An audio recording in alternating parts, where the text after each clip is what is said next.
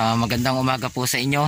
Narito po kami muli ngayon sa lugar ng Encantadia. Ngayon po ito po yung, kung natatandaan po ninyo, ito yung in-applyan natin ng emergency shot na ipinakita po natin sa inyo sa mga nakaraang araw. Ito po nakaraang 2 gabi ay binuhusan na naman po tayo ng napakalakas na ulan. Kaya ngayon, kaninang umaga 5:30, hindi na po natin na-cover at masusi nating pinuntahan po itong lugar na ito at inalam natin ang kalagayan ng ating bulaklak. Kaya ngayon po nagdesisyon po tayo na hugasan na po ito, yung mga butil ng ating bulaklak. Ipakikita ko po sa inyo, ito po yung isang puno na ako mismo ang naghugas. Ako po ang nag-apply upang ipakita ko po sa inyo yung pagkakahugas po natin ngayon sa ating mga bulaklak. At mamaya po pupuntahan po natin yung ating mga sprayman. Pakikita ko po sa inyo yung kanilang mga ginagawa. At nais ko lang munang ipasilip sa inyo yung ating ginawang paghugas dito sa isang punong ito. Ito po sa ngayon ay may edad na po na 37 days. Mula po nung ito'y applyan natin ng flower inducer. Doon po sa ginawa nating pagyuyugyog na nakita nyo nung isang araw, ay makikita nyo na rin po yung resulta ng ating mga pinagsikapan na paghirapan upang maitaguyod po natin itong ating bulaklak na makasalba po sa halos gabi-gabing pag-ulan. At sa awa po ng ating Diyos, narito po at pinagbigyan po tayo na meron naman pong mga itinira sa atin na sapat na para sa mga punong ito.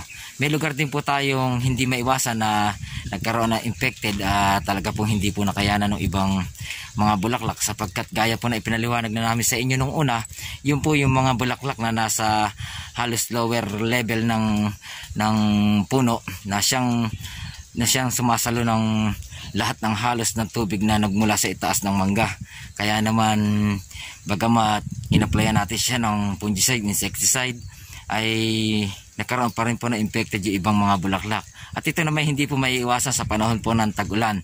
Ang mahalaga po rito ay makitaan natin na yung majority po ng ating inaalagaan ay nakasurvive. Yun po ang isa sa mahalaga sa isang mga magmamangga.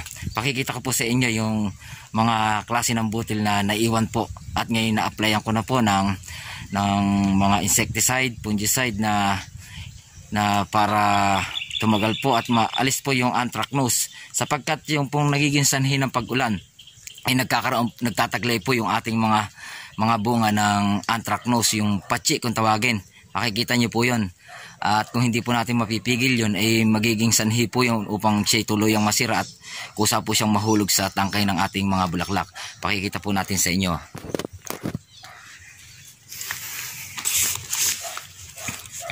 Narito po. Ito po yung isa sa ating hinugasan na puno na kanina'y tayo mismo, ang inyong lingkod, ang siyang nag-apply.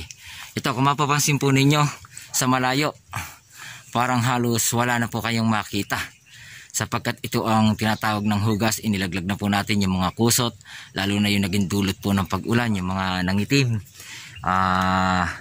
Ngayon po nilinis natin at pakikita po natin sa inyo yung mga natirang bunga. Ayan po. Ayan po yung natirang bunga. Ayan. Ayan po yung mga natirang bunga. Sa long distance po ay halos hindi po natin pati ito matatanaw. Pero after po ng 1 week, applyan po natin ito ng foliar fertilizer.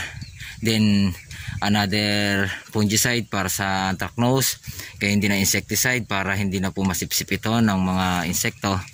At tulayan na po itong mabalutan. Before po kasi ng bagging, applyan pa po natin sila ng insecticide and fungicide para nang sa ganun ay maging makinis po yung ating mangga at tuloy-tuloy na po sa paglaki.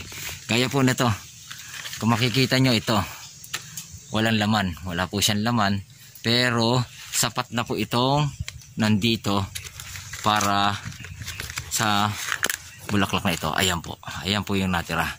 Kaya kung hindi nyo po siya talaga sisilipin, halos di nyo po siya makikita.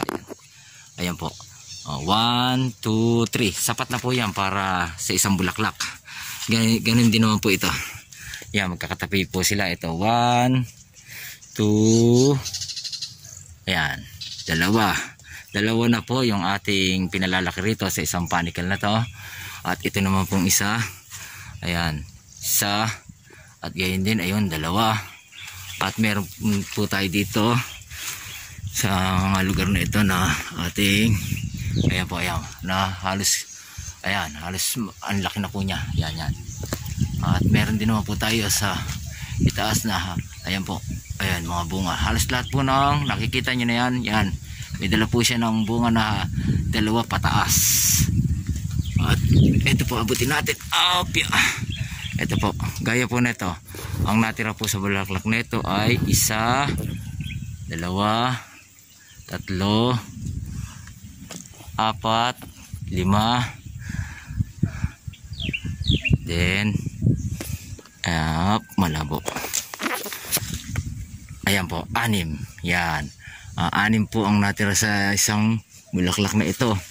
Gayon din po doon sa bulaklak na yon na halos, ayan po, halos tanaw na siya. Ayan, tanaw na po siya. Ayan, yan, yung pong mga kinis na po na tanaw na po siya. Ibig sabihin, ito pong klase ng bunga na ito ay sapat na po ito para tayo ay umani ng maayos. At kailangan na lamang po dito ay hanggang sa mabalutan po ay maalagaan pa rin natin. Ito po, ipaliliwanag ko po sa inyo ito. Ito yung dahilan. Bagamat ganito po, pakikita ko sa inyo yung tunay na itsura ng iba nating bunga na kaya ang dahilan kung bakit na natin siya hinugasan. Ito. Ang tunay na schedule ko po sana dito ay Monday pa. Para nang sa ganun sana ma-applyan ko na rin siya ng foliar. Pero sa ngayon hindi po natin nagawa dahil nga po sa panahon. Yun nga po yung sinasabi nating unpredictable. Kaya ito, ayan, kung makikita po ninyo, ayan, yan mismo, yan. Kung nakita niyo yung kulay itim na yun, halos itim, yun po yung patsi, yung anthracnose kung tawagin. Yan po, kung hindi po natin ito maaagapan, maaari pa po itong malaglag. Subalit sa ngayon, na-apply na natin siya, panatag na tayo na ito ay magtutuloy na po. Habang lumalaki po siya, mawawala po yung kulay itim na yan, at unti-unti po siyang maghihilom, gagaling po yan hanggang sa ito po ay ating mapakinabangan. At ito po ay mababalutan na po natin. Ito po, yan. Yan po. Kung hindi po natin siya a-applyan sa ngayon, ay maaaring kabawasan pa po ito sa ating mga butil. Kaya po sinikap po nating ma-spray. Kaya kanina ang order natin sa mga tao nang tayo umalis po ng bahay ng 5:30 ay nag-go signal tayo sa kanila na standby lamang sila at hintayin ang hudyat natin kung ito po ay a-apply nga po or hindi. Sapagkat mas mabuti po talaga yung mismo na actual na makita nyo yung inyong gagamutin.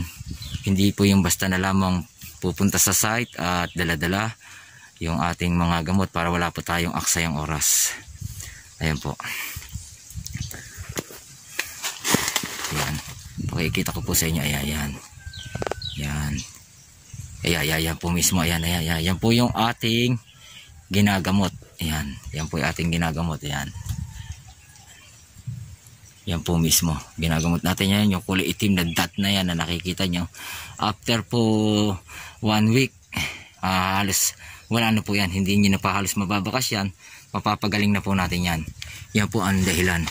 Ayan po, halos lahat naman po ay may bunga. Kaya ito pong ganitong klase ng puno ay ayos na po ito para sa atin. Kikita ko sa inyo. Ayan. Sa malayo. Ayan. Kung sa mga nagdaang araw nakita nyo halos puno siya ng bulaklak dahil sa yung time na yun full bloom sila. Talagang makikita nyo yung ganda ng bulaklak. Sa ngayon po ayan na, unti-unti na po siya, nalinis natin. Ayan. Nalinis na po natin siya. Ayan. Yan po yung tinatawag nating linis or hugas. Ayan na po siya. Mga butil na po yan. Ayan, mga sir, butil na po yan. Ayan. Pupuntahan lang po natin yung ating mga sprayman. Dalawang set po sila dito po sa itaas at andun po sa ibaba yung isa para madali po yung ating trabaho.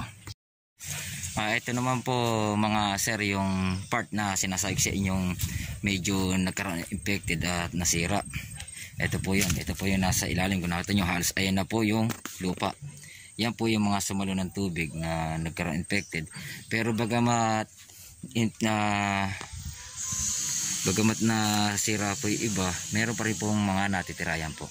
May mga natitira po. Ayan. Yan po yung aagawin pa natin dito sa mga insekto nandito. Yan. Kaya po nagdesisyon tayo na bombahin po natin agad, hugasan na para nang malinis na po ito at may chance pa po ito na tumuloy. At yun naman pong itaas okay naman po yan yung gawing ibabaw. Ayan, maayos pa po yan, maayos pa po yan. Ang talaga lang po natin na iging infected ito pong mga sumulo ng tubig. Ayan, pinakikita namin sa inyo dahil hindi lamang po yung talagang mga nagtuloy nating magaganda ang nice namin i-cover sa inyo, pati yung ano ba nagiging dahilan ng pagkasira. Sapagkat sa totoo naman na sa realidad po ng pag-aalaga, hindi naman po natin kayang patuloyin talaga yung lahat mismo ng bulaklak na narito, sapagkat kumbaga parang palay po ay meron din naman po talagang nagiging ipa kung tawagin. Ito po, ayan po, yan infected na po yan ng ulan, kaya po nagkaganyan siya. Yan nga po yung gagamutin natin. Ayan, halos mapula na po siya. Kung magkakaganyan po medyo mahihirapan tayo, sapagkat maobliga natin, kung ganito po halos yung majority after neto ay magko-consume na naman tayo ng cost ng mga another 3 to 4 days. Pero ito po ilan lamang naman to, kaya kayang-kaya na po natin itong linisin mabuti. Yan, mamaya po makikita nyo po yan, malinis na po yan pagka po in-spray ng ating mga sprayman. Ayan, pakikita ko rin po sa inyo yung sa kabilang lugar sa ibaba para makita nyo po. Ayan po, ito yung lugar na portion na nasira. Ayan, ang nasira lang naman po natin sa kabuuan dito sa portion nito, tulad po nito century nito, ito lang naman po ilalim at yung kabilang side po na isang puno, yun lang naman po, halos lahat na po okay na siya. Nandito na po tayo sa isang grupo po ng ating mga sprayman.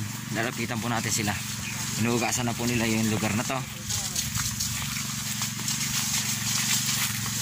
Mapapansin nyo, ito po mismo yung pinakita natin sa video sa inyo na niyugyug po ng ating mga tao. Ayan po, nililinis po nila ngayong kasalukuyan para makita po ninyo paano namin linisin. At ako po mismo ang hawak ng dito para makita po ninyo. Ayan po, ito po mismo ang tinatawag namin paghuhugas. Ayan, makita po ninyo, ako mismo ang nag-i-spray.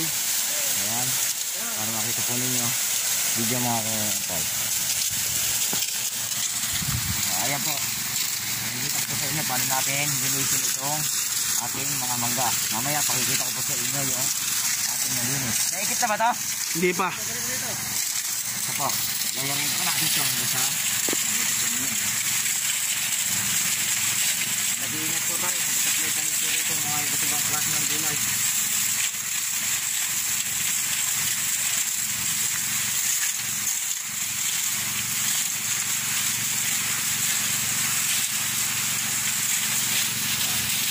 Mamaya po after ko pong ma-sprayan to, pakikita ko sa inyo yung magiging resulta, yung itsura po ng ating ginawang paglilinis, paghuhugas.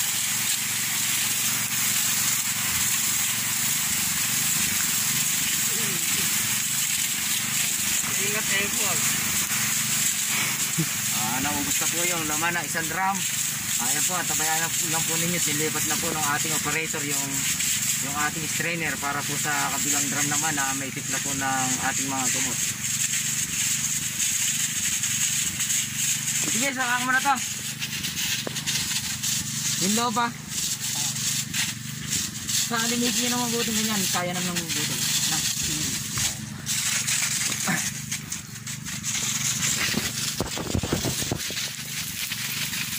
Hindi ba na-apply yan? Ito na po yung mga butil na natira. Ito na po yung nilinis natin. Ayan, malinis na po yan. Kung mapapansin ninyo, ayan po, ayan na po yung mga butil. Yan. Ayan po. Yung side po na hindi pa nila na-spray, pakita po natin sa inyo kung ano ang itsura. Yan po yung itsura nung hindi pa po nalilinis. Yung po ang pinakita ko sa inyo, yung pinalinis yung part, yung isang side. Ayan, yan po, mga marami po yan, makusot pa. Mamaya po pagka display na ating mga tao, tulad po nung pinakita ko sa inyo kanina, yun na po ang siyang magiging itsura. Ito po yan sa kabilang side. Ito po, ayan na po siya. Yan, yan, tumutulo pa po yung ibang tubig. Ayan, yan, yan, ayan na po siya. Yan, may malalaki na po. Ayan, makikita nyo po yung ating mismong inisprayan. Ayan po, ayan po yung mismong inisprayan natin. Ayan, ayan, malinis na po siya. Kaya babalikan po natin to mga 1 week after yung application natin na to. At muli po namin i-cover at pakikita sa inyo yung magiging resulta na to. Ayan. Ayan, makikita nyo po yung mga nagliliparan na mga insekto. Ayan, i-spray po ng ating tao. Ayan. Ayan.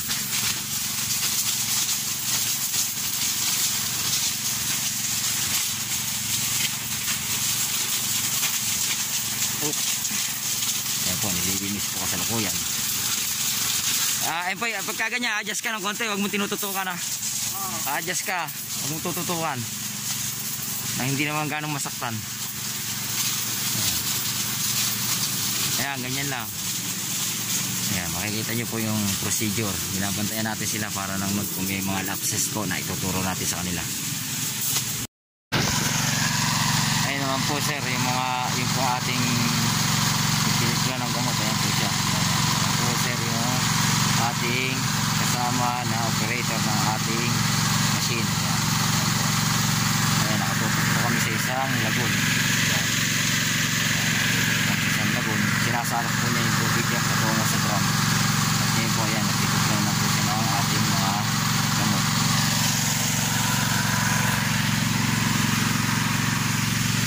Puntahan lang po natin yung nandito sa kabilang side. Ayan po yung host namin. Mapapansin po nyo, nakagapang po siya. Ayan, para nang sa ganoon makita po ninyo kung nasaan po yung ating mga sprayman.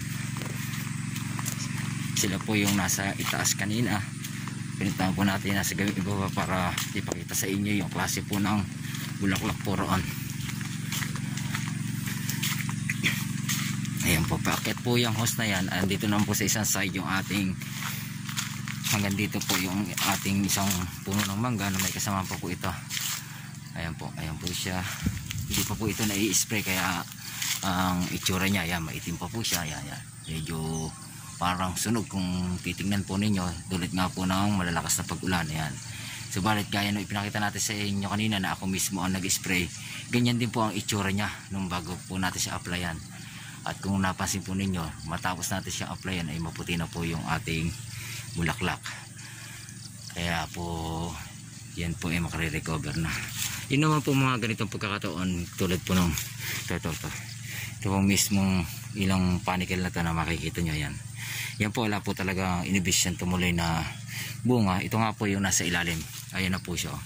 Yan, kumbaga siya po yung tigasalo at hindi po nakakayanap ng ating bulaklak yung sobrang dami ng acid rain na tinatawag, kaya may naluluto po. Pero tulad po na ito, ayan, papapansin nyo halos wala itong dulo, pero papapansin ko sa inyo yung dalawang bunga na dahil sa in-apply natin noon na emergency shot. Ayan, ito po ay nasa porsyento pa na kaya pa nating palakihin.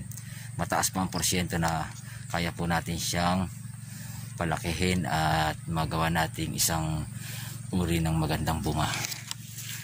Ayan, ayan po, ito po yung pakikita ko sa inyo yung sanhi po ng acid rain. Yan, yan, ayan, yan, yan, yan po yun. Yan po yung sanhi ng acid rain. Kung nakita nyo parang bulok, yan po siya dahil po sa tubig alat na nanggaling po sa malalakas na pag-ulan, ay ganyan po ang magiging sanhi kung hindi po natin ito naagapan. Halos totally wala tayong magiging bunga dito. Pero kung napansin nyo, ayan sa right side, mapapansin nyo may isang kulay green. Ang ibig sabihin, ito po yung kumagat at tumalab sa kanya yung ating fungicide na in-apply sa kanya. At dahil napatay na rin naman po natin yung mga insekto, ay meron pa pong bunga tayo na natira na siya po natin palalakihin. Ayan, yan po. Tulad po nito, bagamat maliit po ang panicle, pero ayan, 3 po yung bunga na patutuloy natin. Ayan, kaya halos ito po, ayan, kung matatanong, ayan, marami pong laman yan. Maraming laman yan. Yan, marami pong laman na bunga po yan. Yan na po yung ating aalagaan tuloy-tuloy hanggang sa maipabalot na po natin to. Maging yung pagbabalot po ng ating mga mangga, pakikita po natin sa inyo step by step. At maaaring ang iba sa inyo ay nagtataka kung bakit ayaw natin bumanggit ng any kind of insecticide na product, sapagkat ayaw naman natin maging unfair sa mga produkto o ibang mga kumpanya na gumagawa ng iba't ibang klase ng gamot na ina-apply po sa mangga. Kaya ang lagi namin sinasabi sa inyo ay insecticide, fungicide, foliar fertilizer na ina-apply po namin. Kaya sa mga nais pong malaman yung tungkol po sa mga gamot na maaari namin i-recommenda sa inyo, ay makipag-ugnayan na lamang po kayo sa amin. Ibibigay po namin sa inyo ang aming telephone number, 0916-826-4514, upang sa ganun masagot po namin kayo sa mga nagkaka-interest na gumamit po ng ating mga ginagamit na produkto.